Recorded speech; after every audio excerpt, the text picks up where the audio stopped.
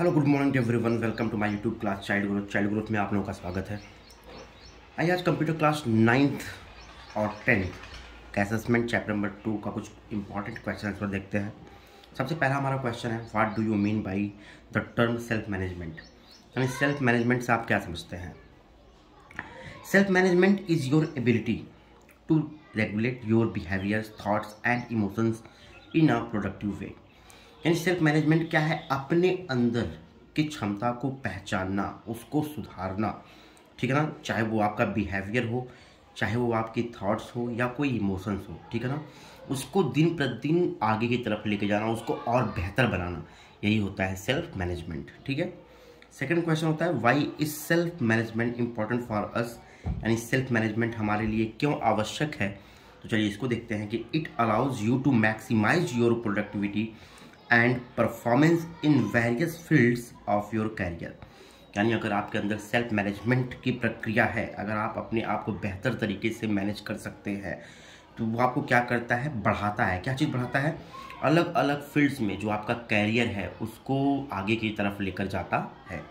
It helps you to overcome in many bad situations. अगर कोई bad situations आपके साथ हुआ, ख़राब कोई हालात हैं, तो उसमें आपको बेहतर बनाने की प्रेरणा देता है क्या, सेल्फ मैनेजमेंट। क्लियर सभी लोगों का। चलिए देखते हैं क्वेश्चन नंबर 3 कि differentiate between eustress and distress with example, यानी यूस्ट्रेस और डिस्ट्रेस में क्या अंतर होता है, एग्जांपल के साथ समझाइए। डिस्ट्रेस क्या है कि distress is stress that negatively affect you and eustress is stress that has a positive effect on you. यानी डिस्ट्रेस क्या है, जब आप किसी भी प्रॉब्लम से ना अपने आप को जब पाते हो किसी प्रॉब्लम में, तो आप क्या हो जाते हो, एक बैड इफेक्ट आपके ऊपर पड़ता है। आप बहुत ज़्यादा नहीं होता है कि प्रॉब्लम में हो जाना, परेशान हो जाना, बहुत ज़्यादा छुछलाहट होना, समझ में आ रहा ना। तो ये होता है डिस्ट्रेस। और यूस्ट्रेस क्या होता है कि टेंशन के कारण और वर्क को करना और अच्छा करना और बेहतर बनाना, वो होता है यूस्ट्रेस। क्लियर सभी लोगों का। चलिए 4 discuss how stress affects us physically and psychologically. Indeed, stress symptoms can affect your body, your thoughts and feelings and your behaviors. ठीक है, यानी कहने का मतलब ये है कि वास्तव में अगर स्ट्रेस है, स्ट्रेस का जो लक्षण होता है वो आपके शरीर, आपके थॉट्स, आपकी फीलिंग्स और आपके बिहेवियर पर कहीं ना कहीं आपको प्रभावित करेगा। ये सब चीज़ों को क्या करता है, प्रभावित करता है। Stress that left unchecked can contribute to many health problems. अगर स्ट्रेस है तो वो बहुत सारे हेल्थ प्रॉब्लम को भी क्या करता है, बढ़ावा देता है, जैसे कि high blood pressure, heart diseases, obesity and diabetes. समझ में आ गया सबको। ये था क्वेश्चन नंबर 4। आइए देखते हैं question number 5, what is chronic distress, discuss stress in professional due to work. यानी क्रोनिक डिस्ट्रेस क्या है, और ये भी डिस्कस करिए कि प्रोफेशन में जब हम कोई वर्क करते हैं तो उस समय का जो स्ट्रेस होता है वो क्या है। चलिए क्रॉनिक देखते हैं। Chronic stress is a prolonged and constant feeling of stress. यानी क्रॉनिक स्ट्रेस क्या होता है, जो लगातार हमें प्रॉब्लम में, हमें स्ट्रेस में लगातार वो बनाए रखता है, लगातार चलता रहता है। That can negatively affect your health, जो क्या करता है, आपके हेल्थ के ऊपर निगेटिव, नकारात्मक प्रभाव डालता है। समझ में आ रहा है ना।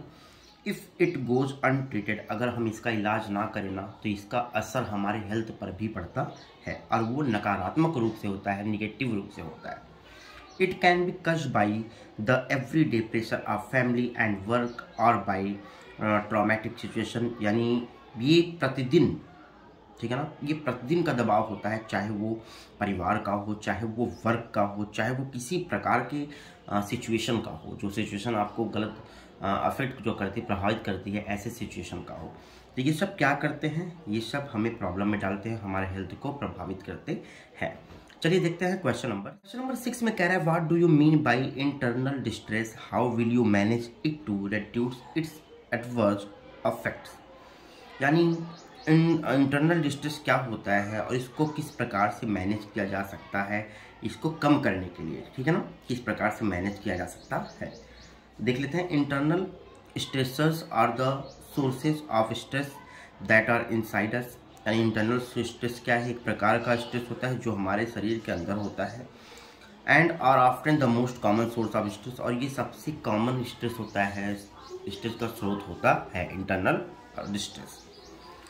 Here are some tips to deal with internal stress. यहाँ पे कुछ टिप्स दिए जा रहे हैं जिससे हम इंटरनल स्ट्रेस से डील कर सकते हैं।